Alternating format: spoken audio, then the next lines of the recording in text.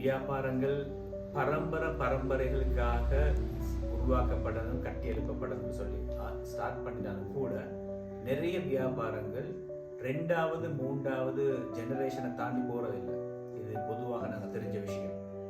குறிப்பாக நாங்கள் ஒரு வியாபாரத்தை ஸ்டார்ட் பண்ற நேரம் 5 வருஷம் 10 வருஷம் அப்படி இல்லை, ஒரு பெரிய ஒரு காலம் இந்த வியாபாரம் இருக்கணும்னு சொல்லித்தான் வியாபாரங்கள் ஸ்டார்ட் பண்றோம்.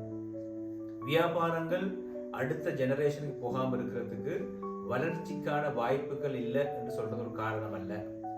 அந்த பிராண்டுக்கான பாப்புலாரிட்டி இல்லாமல் இருக்கிறது சொல்லி காரணம் அல்ல.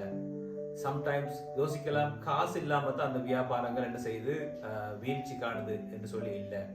இந்த 3 காரணங்களும் அல்ல, வியாபாரங்கள் வளர்ச்சி காணாமல் இருக்கிறதுக்கான மிக முக்கியமான காரணம். அதாவது அடுத்தடுத்த ஜெனரேஷனுக்கு போகும்போது அந்த வியாபாரங்கள் வளராமல் இருக்கிறதுக்கான காரணங்கள் ஒன்று, அந்த பரிமாற்றம் சம்பந்தமாக போதிய அளவு தெளிவில்லாமல் இருக்கிறது. 2வது விஷயம் நம்பிக்கை சார்ந்த பிரச்சனைகள். 3வது மிக முக்கியமான விஷயம் பொறுப்புகள் சம்பந்தப்பட்ட சிக்கல்களும் பிரச்சனைகளும்.